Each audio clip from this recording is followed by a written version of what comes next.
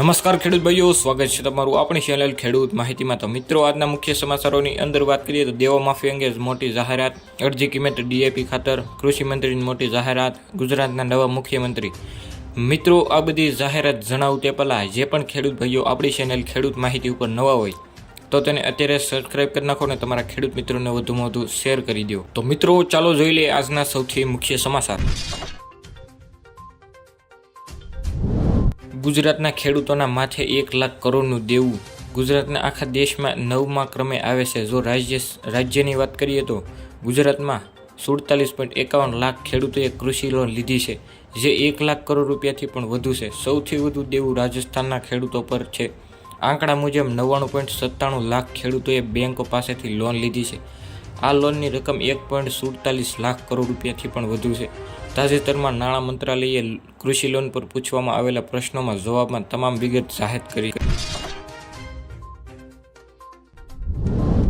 અડધી કિંમતે ડીએપી ખાતર। મોદી સરકારે ખેડૂતોને હોળી ભેટ આપી છે। કેન્દ્ર સરકાર ખેડૂતોના ખર્ચ ઘટાડવાની વિશેષ યોજના બનાવી રહી છે, જેમાં સરકાર હવે ડીએપી ખાતરના સબસિડી આપવા જઈ રહી છે। ઘણા લાંબા સમયથી સરકાર આ દિશામાં કામ કરી રહી હતી, જેમાં 3 સરકારને આમાં સફળતા મળી છે। સરકારે IFFCO દ્વારા તેમાં કરવામાં આવેલ ડીએપી નેનો ડીએપી લોન્ચ કરવામાં આવી છે। IFFCO દ્વારા તૈયાર કરવામાં આવેલ આ ડીએપી ખાતરની કિંમત 600 રૂપિયા હશે, જેમાં 500 ગ્રામ ડીએપી ખાતરનું પ્રવાહી ઉપલબ્ધ થઈ શકે છે।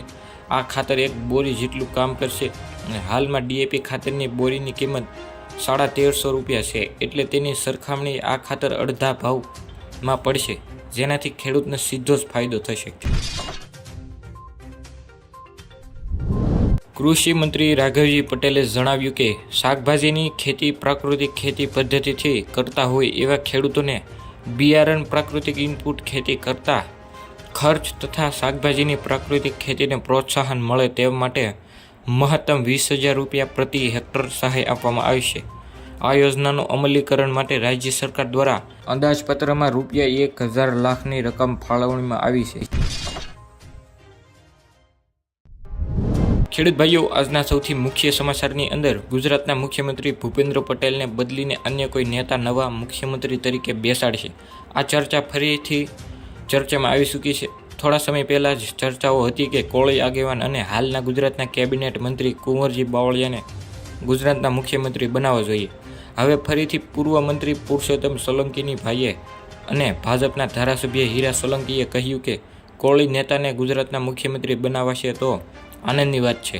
જોકે તેમણે એવું કહ્યું કે આ બધું જ હાઈટ માંડ ઉપર આધારિત હોય છે। મિત્રો, આ હતી આજની તમામ સમાચાર। જો તમને વિડીયો પસંદ આવ્યો હોય અને આવા જ ખેડૂતને લગતા સમાચાર જાણવા માંગતા હોય તો અમારી ચેનલને અત્યારે સબસ્ક્રાઇબ કરી નાખો અને બાજુમાં આપેલી ઘંટડી બટનને પણ દબાવી દેજો। તેના કારણે તમને દરરોજ નવા સમાચારના મેસેજ મળી જશે અને તમારા મિત્રો હોય તેને વધુમાં વધુ શેર કરી દેજો।